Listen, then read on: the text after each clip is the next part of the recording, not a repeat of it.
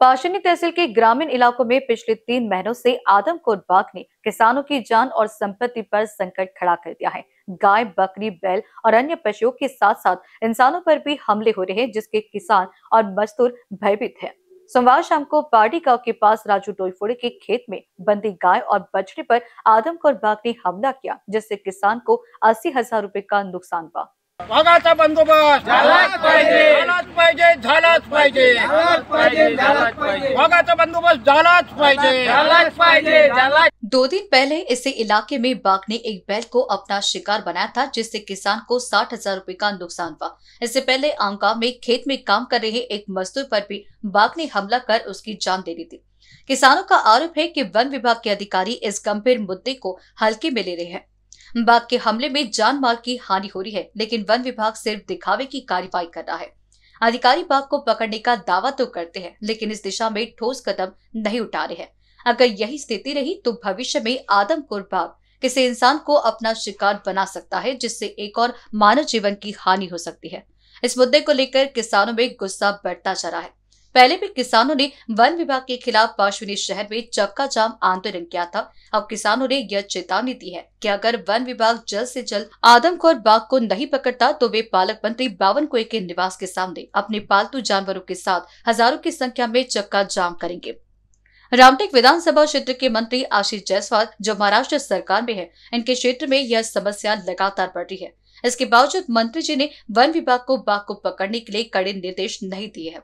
स्थानीय किसानों की बार बार की गुहार के बावजूद मंत्री और अधिकारियों की अनदेखी से किसानों में निराशा और आक्रोश फैल रहा है। पार्टी गांव की सरपंच स्वाति डोईफोड़े ने कहा कि लगातार आदमखोर बाघ के हमले से किसानों का जीवन संकट में है।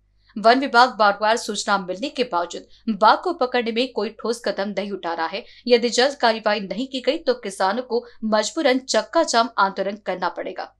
किसानों ने प्रशासन से तत्काल कार्रवाई की मांग की है, ताकि बाघ के आतंक से उनकी जान माल की रक्षा हो सके। रामजी डोईफोड़े, मुक्काम पार्टी।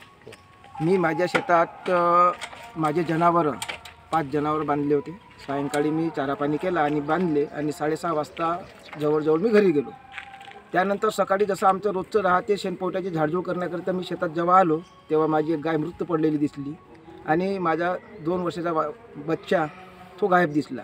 तुरुत सर मी आमच्या गावचे सरपंच फोन केला आणि दीपक भाऊ भोयरना फोन केला। त्यांनी सर्व गावातील लोकांना ही माहिती दिली। सर्व गावकरी ताबडतोब आमच्या शेतात आले। आम्ही ते अधिकाऱ्यांना फोन, माझी गाय जवळपास 55-60 हजार गायची आमची किंमत होती सर, आणि वासराची 18 ते 15 हजार रुपये वासराची किंमत होती। आज 2 दिवसा अगोदर आमच्या गावातला एक बैल मारला। त्या दिवसापासून सर 8 दिवस झाले आमच्या शेतात कोणती बाई कापूस काढण्याकरता, कोणता मजूर तुरी कापण्याकरता येत नाही। कापसाचं अक्षरशः नुकसान होऊन राहिलं, कापूस खाली पडत आहे। सर्व मजुरावर त्याचा खूप असं म्हणजे डोक्यावर आघात झाल्यासारखा झाला आणि कोणीच शेतीतलं काम करायला तयार नाही सर। आता आमची व्यथा कोणी ऐकायला तयार नाही साहेब। आम्ही या बाबतीत ही 3री घटना आमच्या गावात होणारी। 1-2 महिन्याच्या अगोदर झालं, त्याच्यानंतर शांत राहिलं काही दिवस, परत आज 3 दिवसापासून पुन्हा ह्या वाघाने आमच्या शिवार पारडी मौजा शिवारात पुन्हा चांगला धुळगूस साचलेला आहे आणि याच्यामध्ये त्यांनी 3 जनावर मारलेले आजपर्यंत।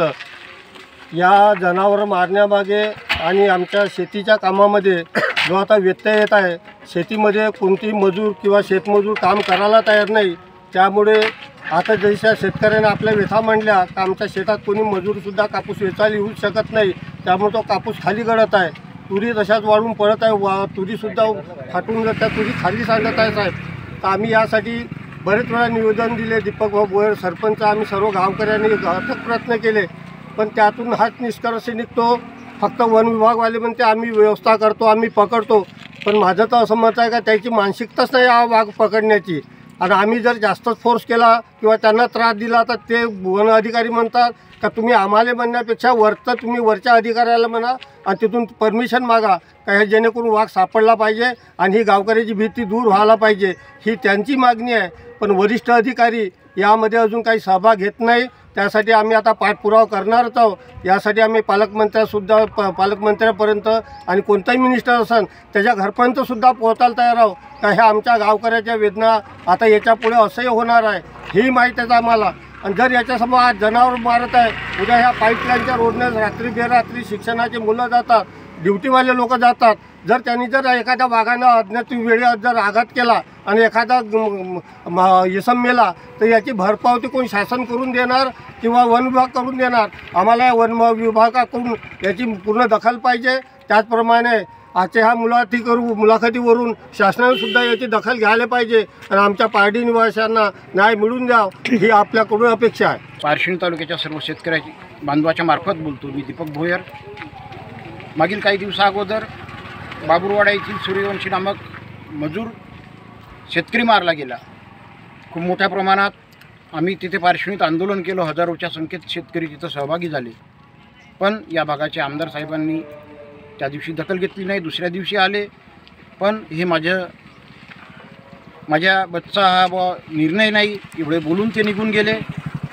सन्माननीय मुख्यमंत्री नागपूर जिल्ह्याचे आहे. सन्माननीय पालकमंत्री इथून एक 5 ते 6 किलोमीटर दूरवर राहतात. पण वन विभाग एवढा मस्तावला आहे की शेतकरी आता आपली शेती करणं एक विसरत चालला आहे. भीतीचं वातावरण होऊन गेलं आहे. मजूर शेतात जात नाही. कापूस पडून आहे, तुरी पडून आहे, चणा पडून आहे. मग शेतकऱ्यांना जगाव कसं? आणि शेवटी म्हणून आम्हाला सर्व पारशिवनी तालुक्याच्या सर्वपक्षीय मंडळींना एकत्र येऊन शेतकऱ्यांना घेऊन आम्ही वन विभागाला आजच कलेक्टर साहेबांना निवेदन दिलं की साहेब आम्हाला सन्माननीय यानंतर जर का कुठली शिकार झाली, बघतो एखादा एक मानवावर हल्ला हो की जनावरावर एखादं जनावरची शिकार हो, ते जनावर घेऊन आम्ही सन्माननीय पालकमंत्र्याच्या दारासमोर चक्काजाम आंदोलन करण्याचा इशारा दिला आहे आणि आम्ही निश्चितच करू. तेव्हा कुठेतरी या वन विभागाला जाग येईल आणि या वाघाचा बंदोबस्त लागेल. आमची जास्त मागणी नाही, वाघाचा बंदोबस्त करा ही मागणी आमची तुमच्यामार्फत प्रशासनाला कळवा. इकडे अजून खेडेगावामध्ये पारशिवनी तालुक्यामध्ये या वाघाने धुमाकूळ घातला आहे. या वाघाने अनेक शिकारी केल्या आहे, मानवाच्यासुद्धा शिकारी केल्या आहे. त्यामुळे येथील जनता आणि नागरिक आणि तसेच शेतकरी परेशान झालेला आहे, हैराण झालेला आहे. या वाघाला तात्काळ जेरबंद करावं अशी मागणी वारंवार केली जाते. आंदोलन केले गेले, 2-3 आंदोलन केले गेले.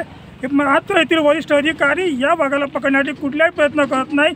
फक्त थातूर मातूर उत्तर देऊन काम करत आहेत. त्यामुळे अनेकांचा जीव धोक्यात आलेला आहे. येथील शेतकरी शेतामध्ये जाऊ शकत नाही, शेतीचे कामं करू शकत नाही, म्हणून त्याचे आर्थिक नुकसान आहे.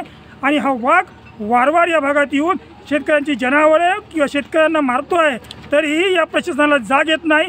येथील जे वन विभाग आहे त्या वन विभागाचे कर्मचारी कार्य करतात, मात्र वन विभागाचे वरिष्ठ अधिकारी या वाघाला पकडण्यासाठी कुठल्याही उपाययोजना करण्यासाठी इथल्या अधिकाऱ्यांना आदेश देत नाही किंवा ते प्रयत्न करत नाही. निष्काळजीपणा चाललेला आहे. त्यामुळे या निष्काळजीपणाचा उद्या प्रत्यय असा येणार आहे की प्रत्येक शेतकऱ्याला वाघ मारेल, त्यांचा जीव घेईल आणि जीवितहानी झाल्यानंतर इथं मोठा उद्योग झाल्याशिवाय राहणार नाही अशी परिस्थिती झालेली आहे. काही तर इथे शेतकऱ्यांनी मागणी केली आहे की तात्काळ या वाघाला पकडण्यासाठी वन विभागाच्या वरिष्ठ अधिकाऱ्यांनी प्रयत्न करावे, अन्यथा येणाऱ्या काळामध्ये पालकमंत्र्याच्या घरासमोर इथे शेतकरी आंदोलन करणार अशी यांनी आज इथे ग्वाही दिलेली आहे. मी रुपेश खंडारे, BCN न्यूज, पारशिवनी.